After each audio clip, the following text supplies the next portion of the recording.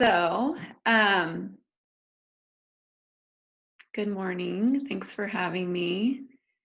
We're going to be talking about some basics of electrodiagnosis, and special thanks to Dr. Scott for letting me use some of these slides.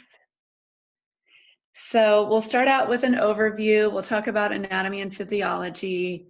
We'll get into nerve conduction studies, the motor and sensory, as well as some limitations, artifact, technical factors, pitfalls. And then we'll talk about basics of EMG.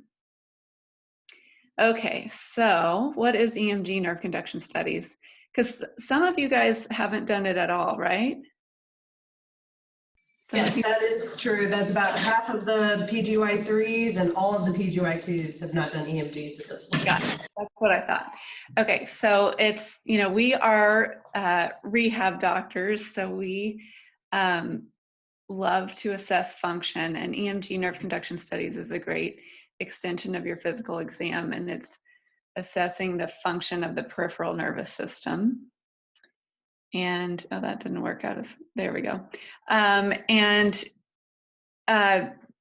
just wanted to point out as well that EEG and EKG are also like electrodiagnostic tests that assess the function of the brain and the heart, and are used in conjunction with structural tests like echoes and brain MRIs.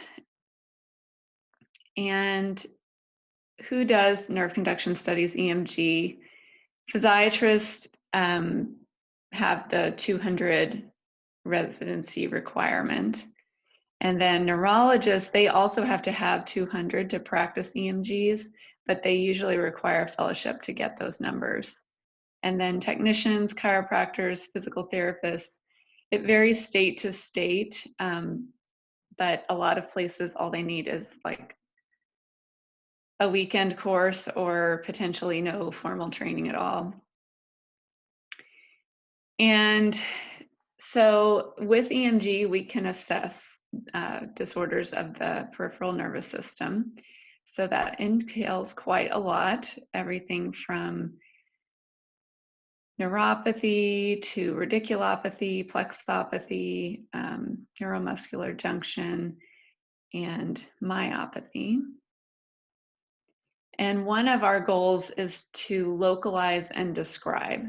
So these are some of the words that you can use to localize and describe in your report what your findings are to the referring provider.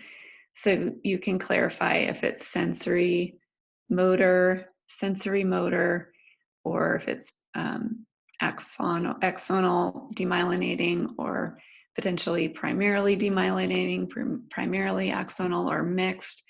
You can use focal versus generalized, symmetric, distal predominant, link dependent. Another useful phrase is saying, distal or proximal to. So if you can't quite localize it exactly, but you can say, that there's a proximal ulnar neuropathy proximal to the takeoff of the FCU, then that conveys, as much information as you can to your referring provider. So if you can qualify the severity, mild, moderate to severe, also the prognosis, whether that is poor, guarded, fair, good, or excellent. And then also characterize the timing. So acute, chronic, acute on chronic. I like the word remote if I'm referring to something that was definitely in the past. And then there was an article recently in Muscle and Nerve that surveyed referring providers what they liked in the report, and they liked the word active. So if it's ongoing, whether it's subacute, acute, chronic, as long as it's ongoing, I combine that with the word active now. So they felt that was more clear. So study design is a big part of your EMG learning. And this is kind of an advanced skill, but I don't know if anybody read the Choose Your Own Adventure books when you were growing up. Maybe you're all too young for that. But this is actually the model for their books. And can y'all see my cursor? Yes, we can see your Oh, cursor. cool. Okay, awesome. So anyway, so you're here, and depending on what you kind of find, it's going to take you, along this adventure here. And just to encourage you to learn from different attendings along your way to add tools to your toolbox. And then, your ultimate goal is to just have this real-time differential diagnosis going in your head. So as you gather the symptoms and the aggravating factors and the time frame from your H&P, and then you use that to kind of customize your physical exam. And then the whole time you're doing your physical exam, you are, thinking, okay, is this nerve or is this not nerve? Is this musculoskeletal? Is this vascular? Is this something else? Okay, if it's nerve, is it upper motor neuron or lower motor neuron? Or is it sensory, or are we thinking dermatome? Are we thinking peripheral nerve distribution? Are we thinking a generalized? Are we thinking stocking glove? So all those things are going to kind of lead you down a path that may prompt you to do some special tests. And then you'll be able to customize your electrodiagnostic testing and just get the most out of it for your patient. So here's a little example. So common scenario, patient comes in with pain and numbness to their thumb with slight weakness of thumb opposition. So you guys are great at giving me this long, beautiful differential diagnosis, including CMC arthritis, carpal tunnel, Dacre veins, anterior interosseous nerve neuropathy, proximal median neuropathy, radial neuropathy, brachial plexopathy, cervical radiculopathy, even myelopathy or stroke. And that's a beautiful list, but if you can narrow that down with your H&P. Oh, I didn't realize this was on. Okay, so, okay, that's okay. So here's a couple different scenarios. So like, let's say in this scenario, the timing is worse at night, the exacerbating factors are driving and gripping activities, they have a Tinel's at the wrist, or maybe they have exacerbating factor of gripping activities, but they have some associated symptoms of stiffness and swelling, and they have a positive CMC grind test and pain and swelling at the anatomic snuff box. Or maybe they have pain and swelling around the anatomic snuff box, but their exacerbating factors are holding their baby and they have a positive Finkelstein's test. Or maybe their associated symptoms include their hand on that side feeling colder than the other side, and maybe having some exacerbating factors being overhead activities like washing their hair, lifting weights, and maybe they have a positive Adson's test and tenderness to their pec minor insertion and some neural tension in the lower trunk C8T1 ulnar distribution. Or maybe they have some incoordination, bladder frequency, and they have a positive Hoffman's brisk reflexes and a wide base gait. Or maybe exacerbating factors are certain neck movements or positions, and they have pain referring to their scapular area, and they have some neural tension in the upper part of their upper roots and medium neural tension signs. So all those things are going to kind of point you down a different path on your adventure. All right, so here's some tips from Dr. Meyer and Dr. Scott. Do no harm to the patient. Do no harm to yourself. Undercall rather than overcall. And be intentional. Each study and each muscle should answer a specific question and direct your next study and muscle. Make a diagnosis. Do your best to get there. You got to make a call. It's okay to be wrong sometimes, and sometimes you can only get the diagnosis so far, but do your best to make a diagnosis, and to do it with as little pain as possible for your patient. All right, anatomy. So peripheral nervous system anatomy, you've got your nerve roots, your plexus, peripheral nerves, motor and sensory, your neuromuscular junction, muscles, and the cranial nerves are kind of characterized as a extension of the peripheral nervous system for the purposes of nerve conductions. So here's the primary motor neuron. The cell body is in the ventral horn in the gray matter of the spinal cord, and the projections run through the white matter and exit ventrally as motor roots. So that is the red. You can see there. So there's the ventral horn, there's the cell body, and there's the primary motor neuron in red. And now in blue, we have the primary sensory neuron, and its cell body is over here in the dorsal root ganglion, which is outside the spinal cord near the intervertebral foramen. And its projections form the sensory root, and they merge to become the spinal nerve here in purple. So there's 31 pairs of spinal nerves. And each spinal nerve is going to divide into dorsal and ventral ramus.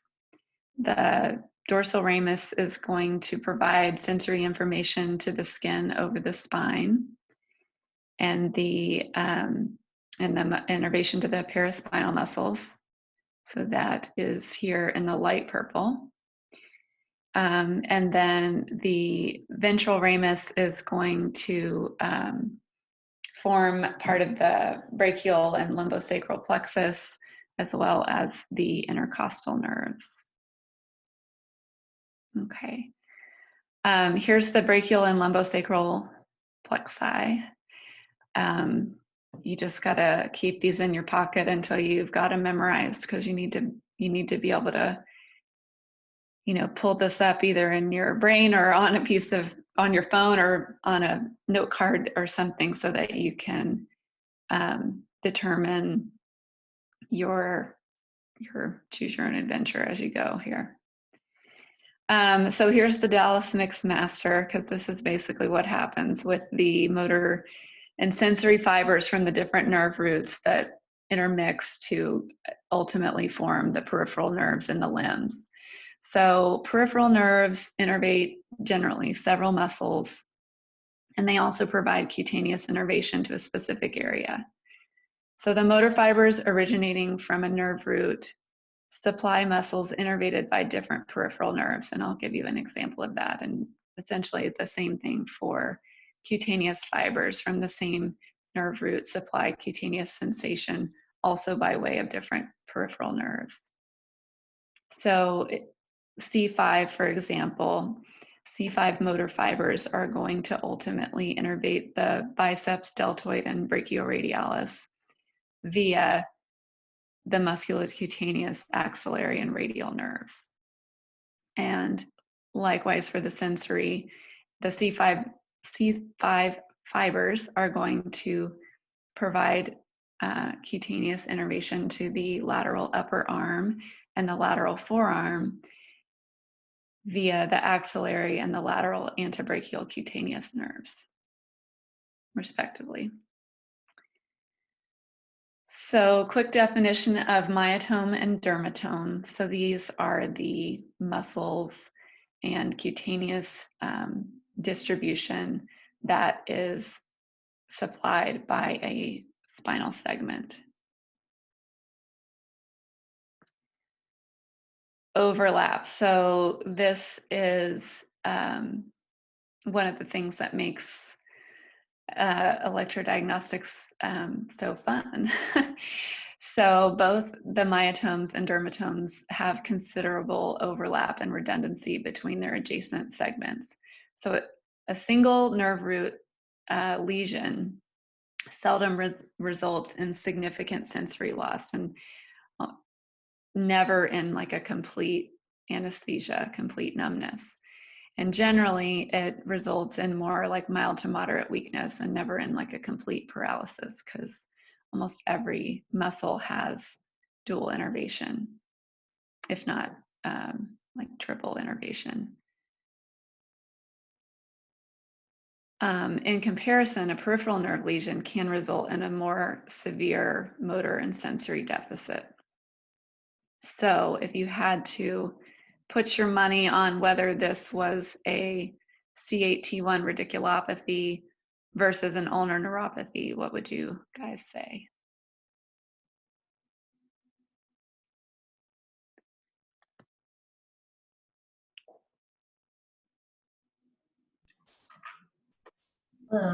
Looks like we got a couple takers for ulnar. All right, thank you. Okay, good job. So here's one of the myotome charts, and you can see that the black is the usually dominant contribution, and the gray is the sometimes significant contribution, and the dotted is the minor equivocal contribution. So unfortunately, there's a lot of variability and uncertainty with myotomes, and that's why we have to make sure that we check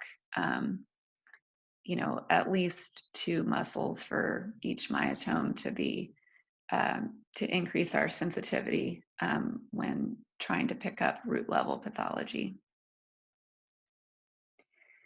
So upper extremity peripheral nerve actions. This is a long list, and I'm going to refrain from reading it all. But as you get more and more experienced, this will be more and more automatic. So, when you see a patient that's complaining of weakness with, shoulder external rotation and abduction, you're like automatically thinking, do they have, weakness of their supra and infraspinatus, and they have a suprascapular nerve palsy? Or, if they have weakness of pronation and thumb flexion, you're like automatically thinking of their anterior interosseous nerve. So these patterns, they'll become more automatic the more you see them. And so the more cases that you can do during your residency, the better. So just take advantage of it. Okay. And same thing in the lower extremities. So when you rotate with me, you'll find out that I love the superior gluteal nerve as a good L4-5-S1 muscle that comes off the plexus. And the superior gluteal nerve also innervates the gluteus medius. So if you had weakness of that nerve, you'd have weakness of hip abduction and internal rotation. And you guys are probably already good at knowing these more common ones with tibial nerve controlling plantar flexion and ankle inversion, toe flexion as well. And then superficial perineal doing ankle eversion, and deep perineal doing toe extension and ankle dorsiflexion. So as you examine your patients, keep that in mind. Okay. All right, and then everybody's probably been carrying this around since medical school. This is the classic dermatome map, and it's not there's a lot of variability, but this is generally kind of the distribution. And here's the um, upper extremity and then lower extremity. And the point I want to make here is that it's not just about dermatomes. So you have to also keep in mind the cutaneous innervation of the peripheral nerves. So, when your patient has this sort of like vague paresthesias in their lateral forearm that doesn't extend into the hand and doesn't extend into the upper arm, and you're like, well, that doesn't make any sense. You might want to think about the lateral antebrachial cutaneous nerve and, check a lac. Same thing in the lower extremity. This shows the typical dermatomes with the root level like mapped on top of the cutaneous distribution of the peripheral nerve. So, superficial perineal and common perineal and saphenous and sural. These are all, and of course, you guys get good at the lateral femoral cutaneous nerve distribution over here in green, because you see that one a lot. Okay. So keep in mind that there's different types of peripheral nerves, and so there's the myelinated, somatic, afferent and efferent fibers with several subsets. And then there's the myelinated autonomic efferents. And then there's the unmyelinated somatic and autonomic afferents and efferents, the C fibers, which include the pain and temperature fibers. And nerve conduction studies can only measure the large, fast fibers. So we are unable to record from the small myelinated or the unmyelinated C fibers. So small fiber neuropathy or autonomic neuropathy will generally have normal nerve conductions. All right. Any questions so far? I can't see any of you guys' videos. Okay. Let's talk about some physiology. So I don't really like this stuff, so I try to make it a little more fun. So I've got Bananakin Skywalker here, and this is going to help you remember that the K, use my little arrow here, the K is in the cell or in the banana here. This is our nerve, and there's two Ks, two potassiums in for every 3 sodiums out, and there's a higher concentration outside the cell. And this 3 looks like an S, so it's kind of like salty. So this sodium potassium pump and the semi-permeable membrane sets up a high sodium outside, low potassium inside, and this sets up the resting membrane potential. And the action potential starts with depolarization. The sodium channels open, and then sodium rushes in down the concentration and electrical gradients to trigger the action potential.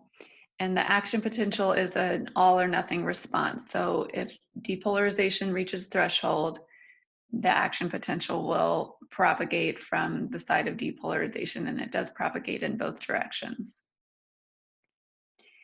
And then the resting membrane potential is rapidly reestablished as the sodium channels don't open for very long generally. Does anybody know when they open longer? This would be a senior level question. When it's cold. Yes, good job. Okay, so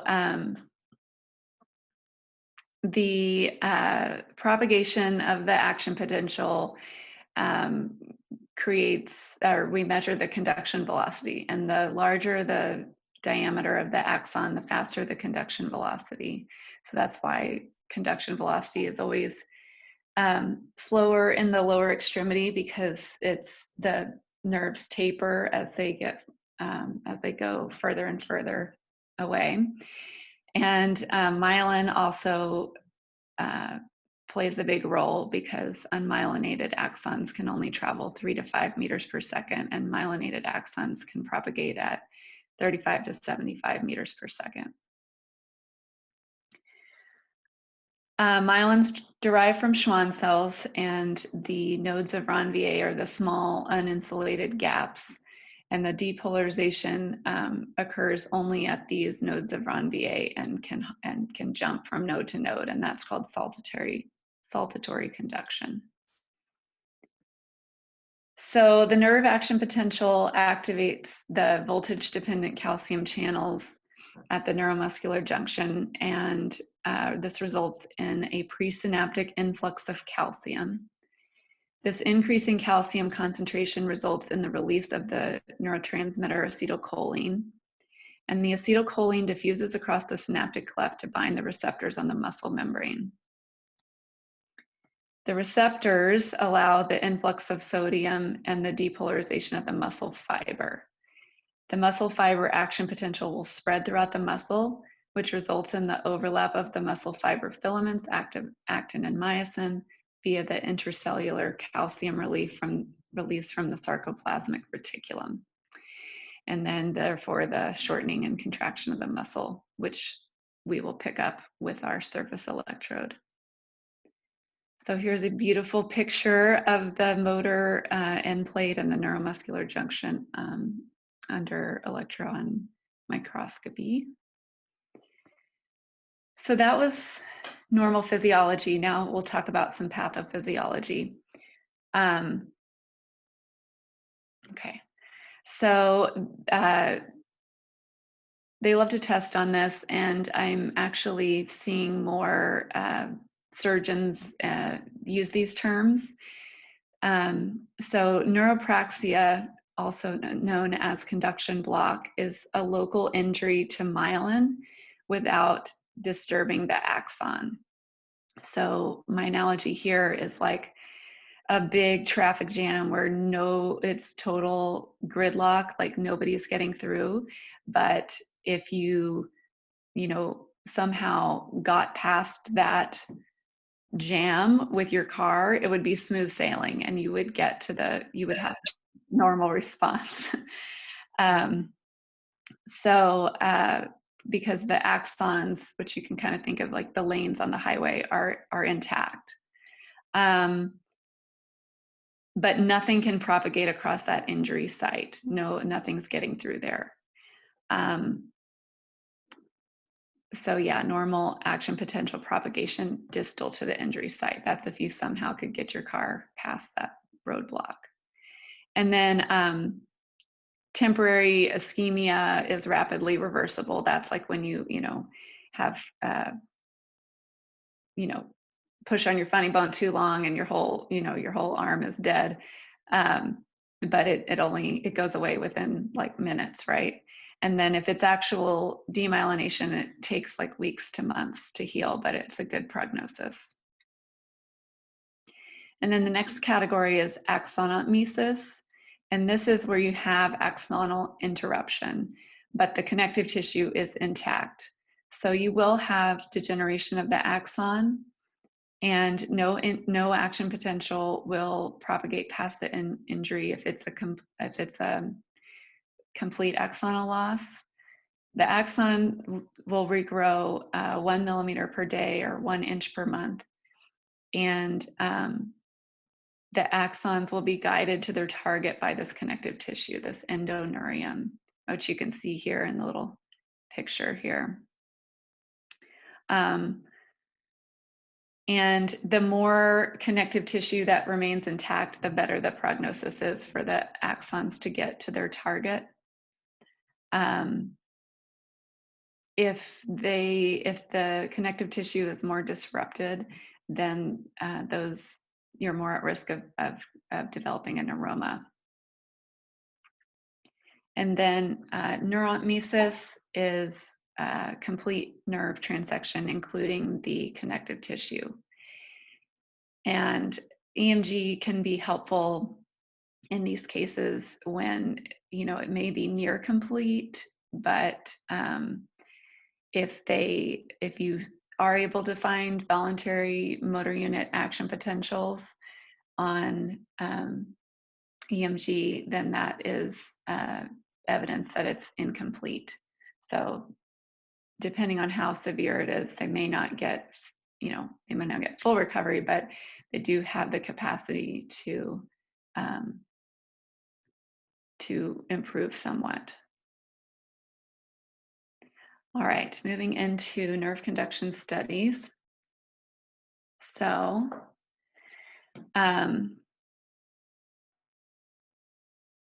this shows the electrical stimulator here. Ours don't look quite like this, but they have these two prongs.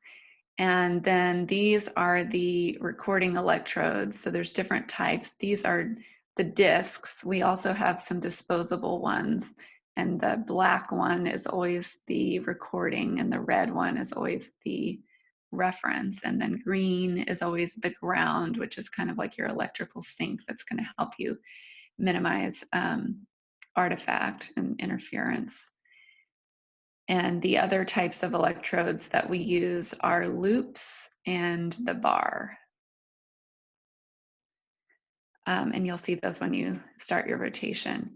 So kind of a basic protocol is, and everybody does this a little bit different, but you're gonna, start at a relatively low stimulus for the patient's age and body habitus and general comfort. And then you're going to gradually increase the stimulus intensity, 10 to 20 milliamp increments. When you start to see a small response, slide the stimulator a few millimeters laterally in both directions to ensure that you're in the best possible position right over the nerve, because you may, I have a picture here, you may, when you slide, just a little bit one way or the other, you may get like a much better response without even increasing your stimulus. So this one's showing the blue in the middle here is when your stimulator is directly over the nerve, and when you're, a millimeter or two one way or the other, you still see the response, but it's, it would take more higher stimulus if you stayed over the red, and you might be more likely to get co-stimulation of the radial nerve in that position. So that's a good technique for just a technical technique. Okay, so when the waveform's amplitude is no longer increasing, when you were going up incrementally on that stimulus, go up just a little bit more to ensure that you're at supermax stimulus. The reason that that's important is because you want to make sure that you are stimulating all the axons, because you want to make sure you're comparing apples to apples when you go proximal distal, and you want to just give an accurate representation of that nerve. So so you'll do that, and then you'll go up to oh yeah, so if you are unable to reach supermax because you keep co-stimulating a nearby nerve, then I would just clarify that in the report. And when you go proximally, you should be able to go get all the way to supermax, because you won't be in such close proximity. Some people have just small wrists, and it's just impossible not to co-stimulate. So if you happen to reach 100 milliamps and the amplitude is still increasing, make sure that you're right over the nerve, but if you are, then you can increase the duration and pulse width.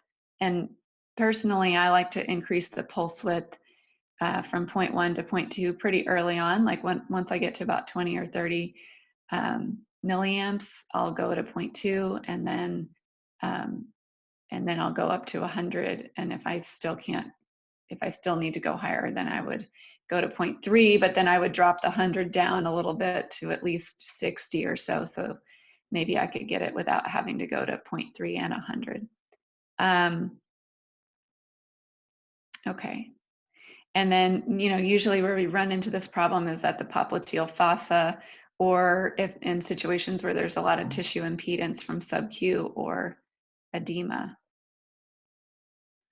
All right, so basic protocol continued. You're gonna kind of keep that same level stimulation, and you're gonna go from, where you were, let's say you're doing the median motor and you finish stimulating at the wrist, you got your supermax, you're happy with it, you're not co-stimulating, everything looks good.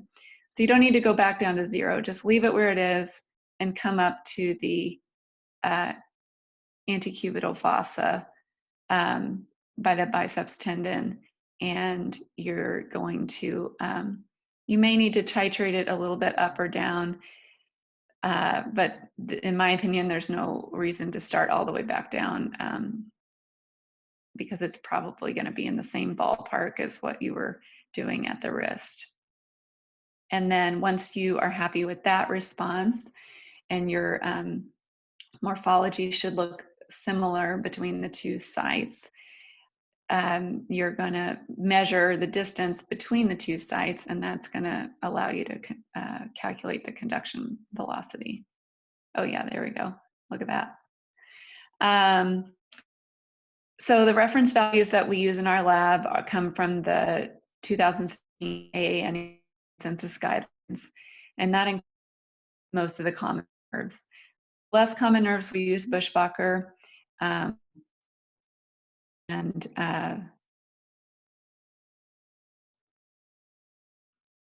yeah, okay.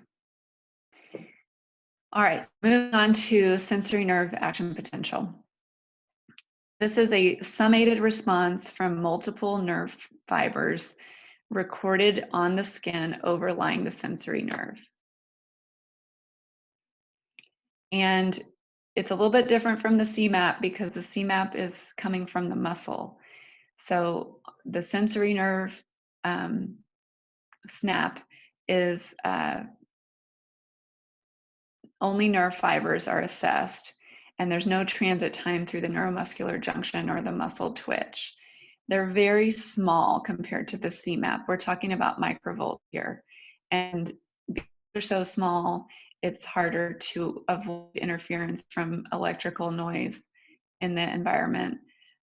And also they take a much lower threshold to stimulate. So keep that in mind. So this shows the difference between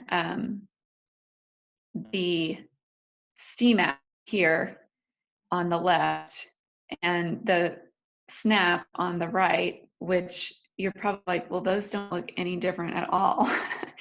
But the key is this little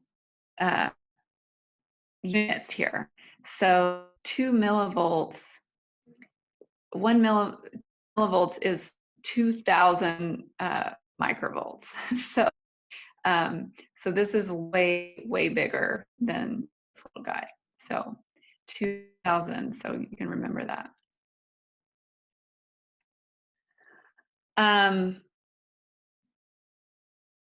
So talking about the SNAP, we don't routinely use onset latency, but you will see it in reference values. Neurologists sometimes use it a little bit more than we do. And the reason we don't use it is because it's hard sometimes to pick out exactly where this thing starts going up, especially if there's kind of some electrical noise across the baseline. And so we typically use peak latency just because it has much better inter-rater reliability.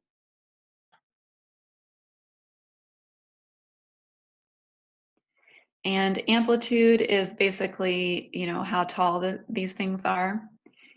It can be measured from the baseline or the onset to the peak, which is what we have here, or it can be measured from peak to peak, which is going all the way down to here. And whichever reference you use is fine. Sometimes, depending on what the baseline looks like, sometimes it's on a slope, and so you may kind of need to use one or the other to kind of use a more accurate representation and avoid getting kind of contaminated by that slope of your baseline. Yeah, and just a reminder that this is microvolts, which is 1/1000th of a millivolt. So this shows you the onset to peak, these red lines here.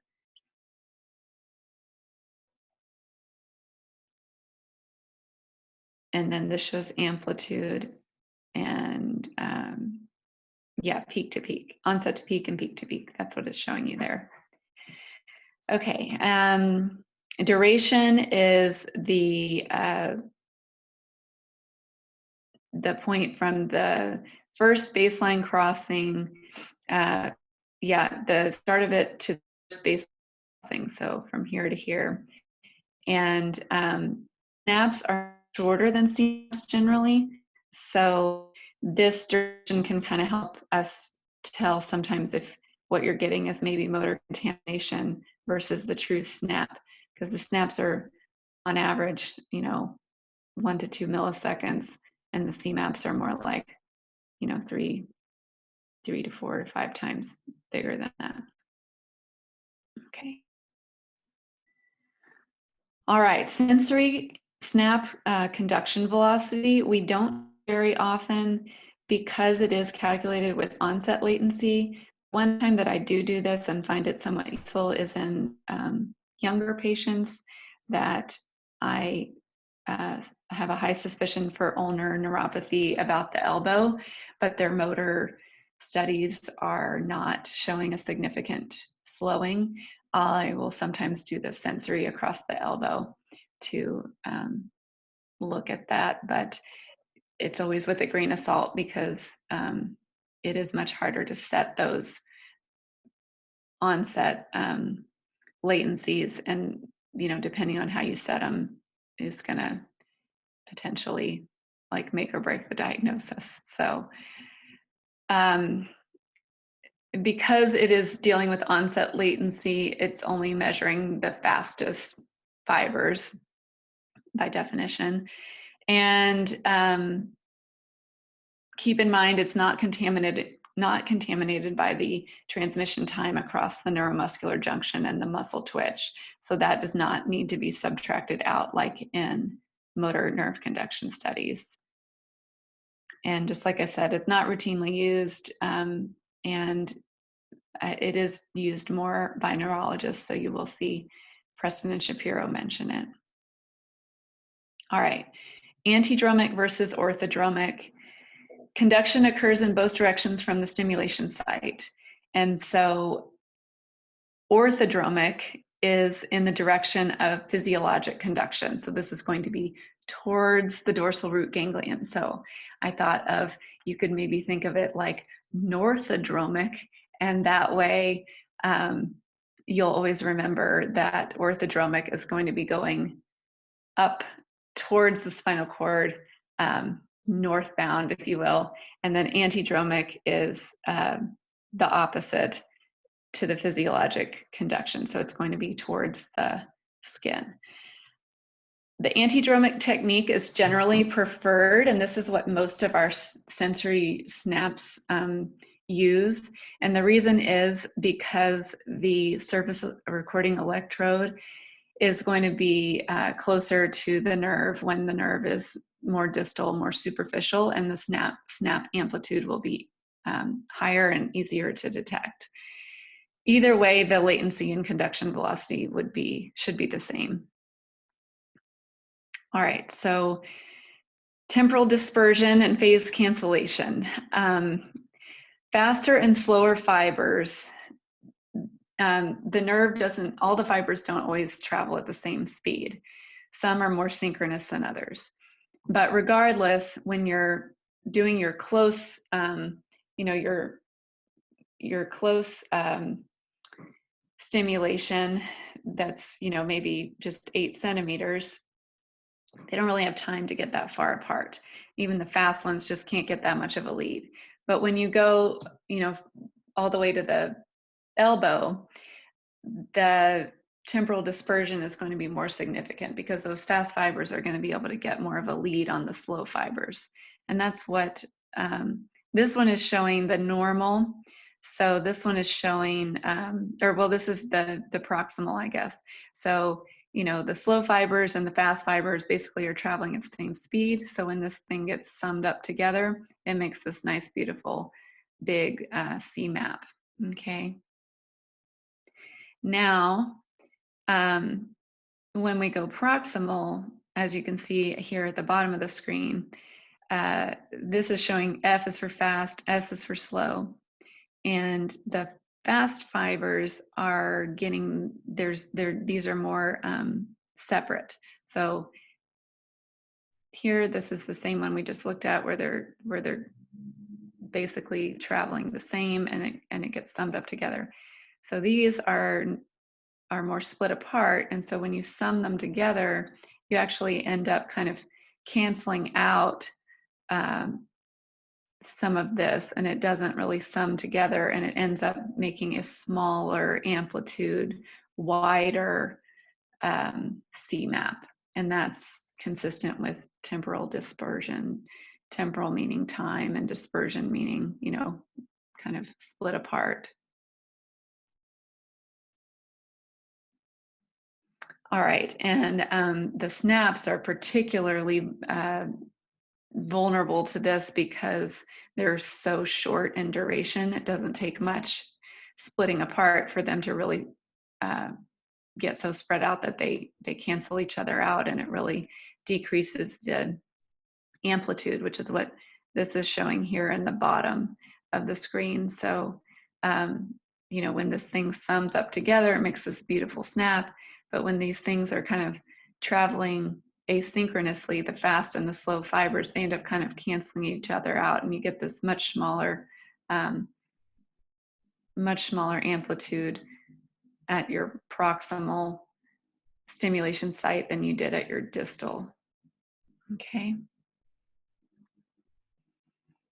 So electrode placement is super important. This is for sensory, if you're active and your reference electrodes are too close to each other, you're going to end up canceling out part of what you're trying to record. So you really need to make sure that they're like 3 to 4 centimeters apart.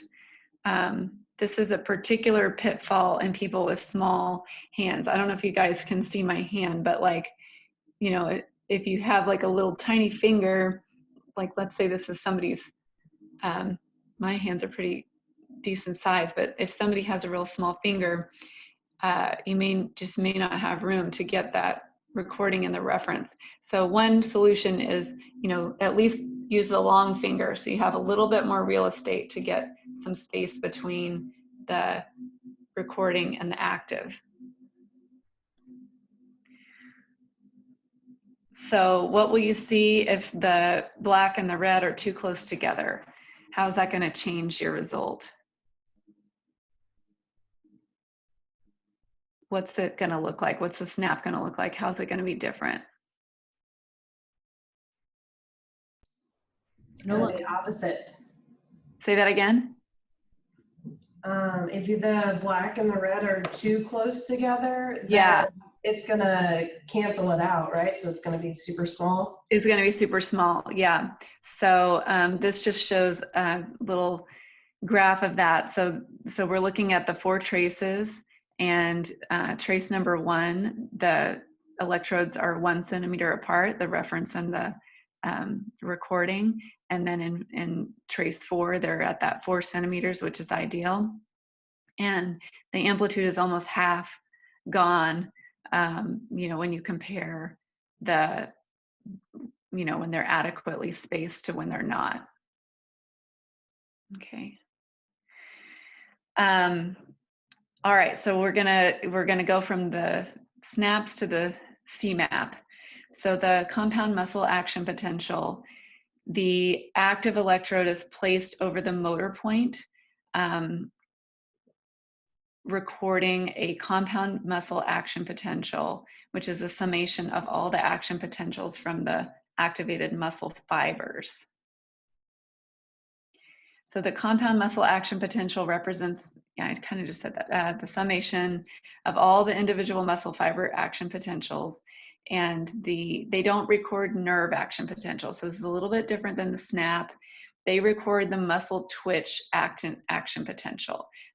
They're biphasic, and we're going to be looking at latency, amplitude, duration, and area. All right, so above the baseline, this is a little not intuitive, but that's negative.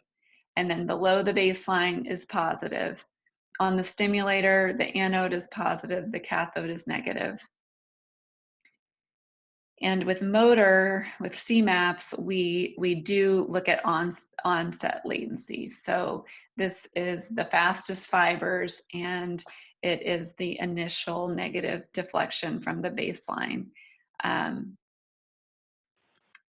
And these are so big that it's real easy to see where that happens. Because this is starting at from where the stimulator activates the impulse to the time that it takes the muscle contraction to register on your surface electrode, this includes the time that the neuromuscular junction is going to propagate that action potential, and the depolarization and activation of the muscle. All right, here's amplitude, onset to peak, and low amplitude is generally due to axon loss, but it can be, you can also see low amplitude if you have conduction block between where you're stimulating and where you're picking up. Because if that traffic jam is in between where you're stimulating and where you're recording, your amplitude is going to be affected by that. And then some neuromuscular junction disorders and myopathy, because if you have atrophy, then the muscle fibers that are contracting are going to be smaller, so that can cause amplitude loss. Okay. So this, I love area under the curve because it's so useful sometimes.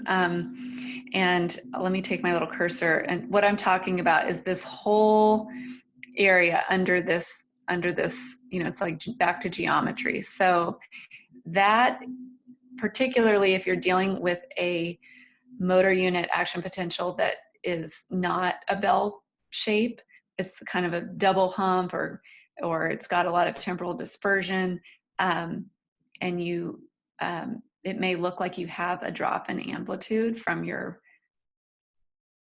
distal stimulation point to your proximal stimulation point.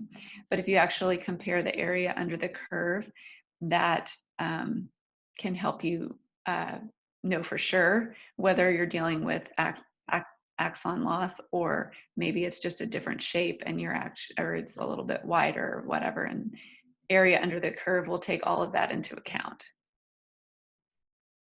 And then duration is a measure of synchrony. So the smaller the duration, the more synchronous the fibers are traveling together, the more they're firing, the more similar they are. Okay. So motor conduction velocity, you need two sites because you have to subtract out that time that it spends crossing the neuromuscular junction and the muscle twitch. So you'll take your two sites and then you'll stimulate, distal, proximal, and then you'll subtract the two, and that will give you the conduction velocity along that portion of the nerve between the two sites that you stimulated. Okay, so this is a little, yeah, sometimes the machine breaks or you didn't get it off the machine, so you have to calculate it yourself. So, if the latency from your initial stim was 3, and then you go to the elbow and you get 7, then and you measure the distance is 200 millimeters, and you subtract the 3 from the 7, you get 4, and then for that 200 millimeters, 4 milliseconds, you get 50 meters per second.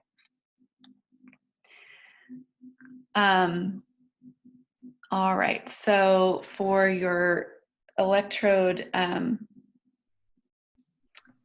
Yeah, Dr. Meyer, are we at a good point to take a little bit of a break? yeah, we can do that.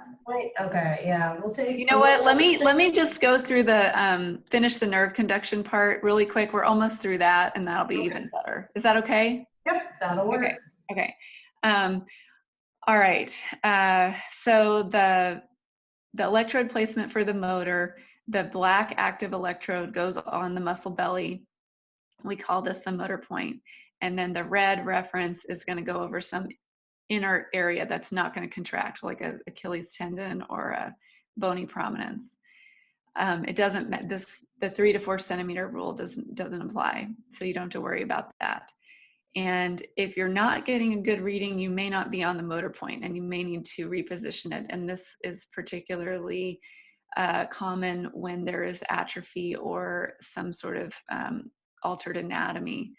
And then make sure the muscle is relaxed. Okay, and then there's just a couple little pitfalls. So who cares? Don't be responsible for somebody not getting adequate care because of something like temperature or one of these pitfalls. So timing limitations. We don't see a ton of acute cases, but symptoms can occur prior to electrodiagnostic findings in an acute injury and an acute axonal injury. They will have decreased recruitment immediately, but they may not have change in their amplitude on their CMAP, or they may not have muscle membrane instability and denervation for at least 7 days. And if it's a distal muscle, it may even be longer than that. So that's why paraspinals are particularly important in cases that are acute or subacute. All right. The test is mildly uncomfortable to severely painful depending on your patient. And we are limited in our ability to diagnose proximal demyelinating lesions.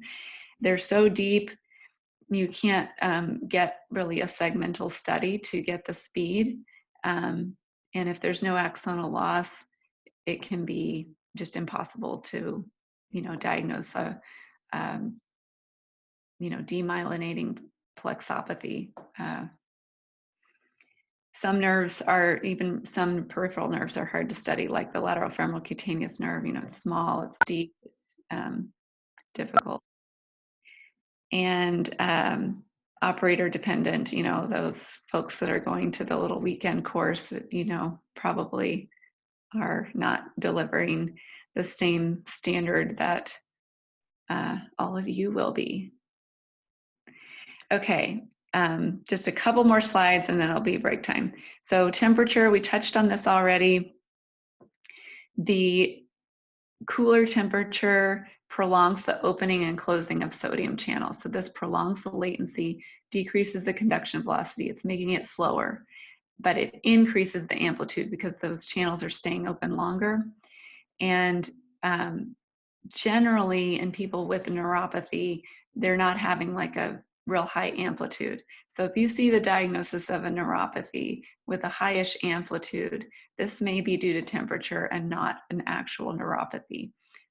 And one other important point with this is kind of an advanced strategy, but in cases of more severe neuropathy, if the patient is cold, it may be to your advantage, because if you are still obtaining low amplitude prolonged responses in a cool limb, what's going to happen if you warm them? Yeah, it's on the slide. You may not have any response at all, because when you warm them, the amplitude is going to go down.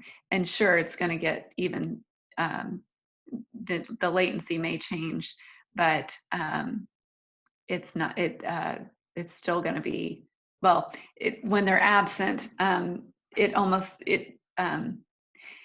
you always wonder if it's a technical issue. So in my mind, it's kind of nice to kind of use that cold temperature to show an abnormal response. And if it's still small and slow, then you still have your diagnosis.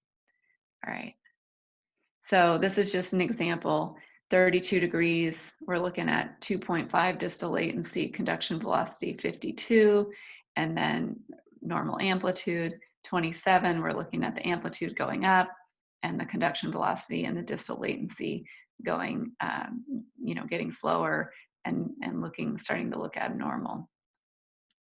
So 32 degrees for the upper extremity, 30 degrees for the lower extremity. And we do have these corrective formulas, but it's better to actually warm the patient. All right, okay, 3 more slides. Okay, so age. There are age-specific values in Bushbacher that are really useful. If if it doesn't seem like it fits, look up the age-related numbers. And height, particularly tall people, there are specific numbers that you can look up, and if it doesn't seem to fit, then they may actually be in the normal range for their height. All right, stimulus artifact. So here's this red arrow right here. This is this kind of real big spike right at the very beginning of the screen. And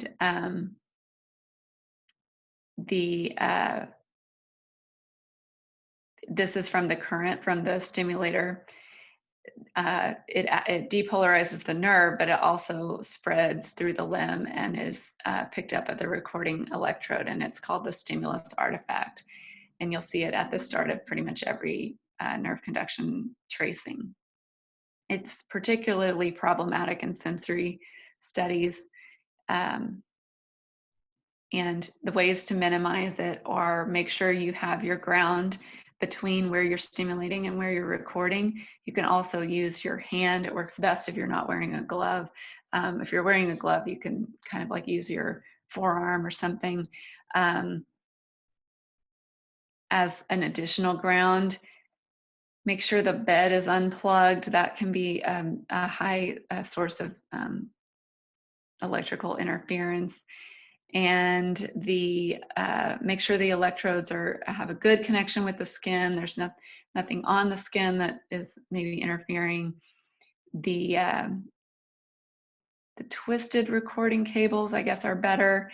And then make sure the stimulator and the recording cables are not twisted up together. Lower your stimulus intensity. If you can get a response at a lower intensity, you'll have less artifact. And then rotate the anode about the cathode. So if you can just get the right vector, that can help as well. Okay, let's take a break.